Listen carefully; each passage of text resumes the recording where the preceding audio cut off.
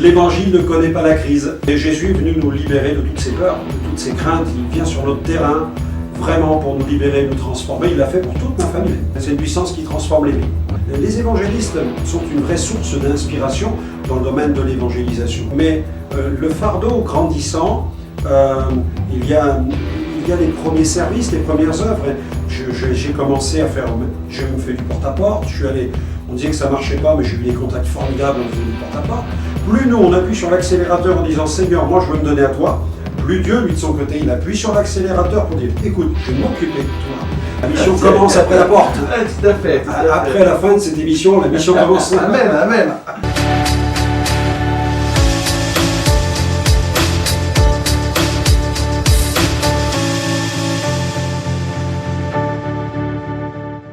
Donc, là, tu viens de nous expliquer que quand on commence petit, et tu viens bien de le dire, les choses s'agrandissent et prennent de l'amplitude.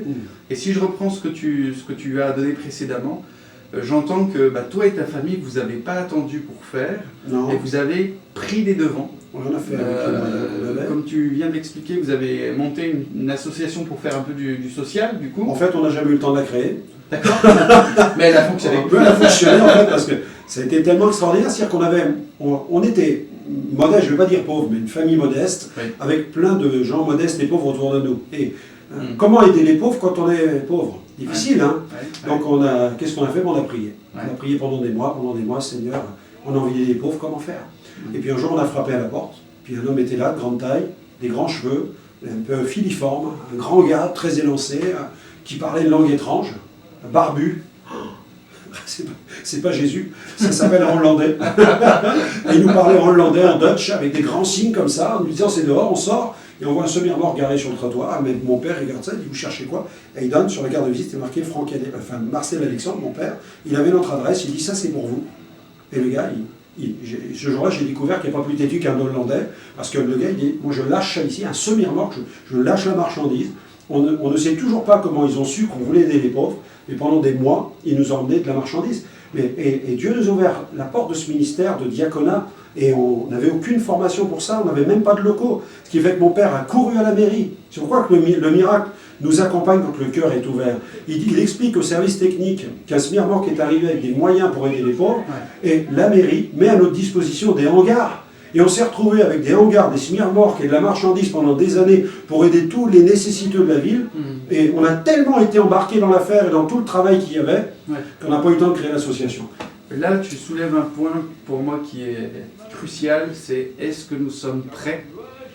Parce que c'est bien de demander, mais quand le Seigneur amène un semi-remorque, est-ce qu'on est prêt à s'investir et à répondre à ce que le Seigneur donne? Parce que c'est là aussi, je crois, la clé pour aller plus loin et rentrer dans une mission et une moisson qui prendra de plus en plus de... Parce que quand je dis aux gens, je leur raconte l'histoire, les gens Alléluia, je dis Amen, Amen, les gens disent Amen. Je dis vous dites Amen, mais si demain vous avez un semi-remorque qui se gare sur votre trottoir et qu'on vous dit maintenant il faut vous occuper de ça, alors souvent on dit Seigneur transforme, sauve le monde, transforme la ville et tout ça, et le Seigneur dit d'accord, mais avec toi. Moi je garde toujours à l'esprit cette histoire un peu de cet enfant qui est sur le bord de la plage et puis il assiste au naufrage de milliers d'étoiles de mer. Et il commence à les rejeter parce qu'il veut les sauver toutes. Il les rejette à l'eau, elles sont en train de faire naufrage, elles meurent. Et un touriste s'approche de lui, dit mon gamin, allez arrête, tu perds ton temps, tu ne vas jamais les sauver, tu ne vas rien changer. Et le gamin, de regarder l'adulte, il dit mais peut-être que je ne vais pas changer la destinée de toutes ces milliers d'étoiles de mer, mais je vais au moins changer la destinée de celle-ci. Et il l'a rejetée à l'océan. Alors on va pas sauver le monde entier, mais le Seigneur ne nous demande pas de gagner tous les millions d'êtres humains sur la terre. Il nous demande au moins de gagner quelqu'un. Et peut-être qu'on pourra gagner des millions un par un. Et tous on peut faire quelque chose. Tous on peut faire quelque chose. Avec les dons qu'on a, nous sommes capables de faire quelque chose. Et c'est ce que vraiment la parole de Dieu nous enseigne, que chacun est appelé à rendre témoignage. On a reçu le témoignage de Jésus, et c'est l'esprit de la prophétie, et nous sommes vraiment... Comme l'explique l'apôtre Paul, il parle au monde dans les derniers temps par l'Église. Dieu parle par le moyen de l'Église. Et l'Église est l'appui et la colonne de la vérité.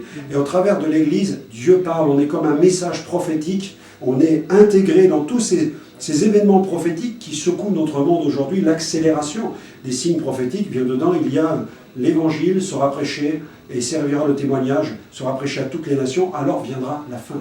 On a tous une part à prendre dans cette affaire-là qui est la plus grande qui soit.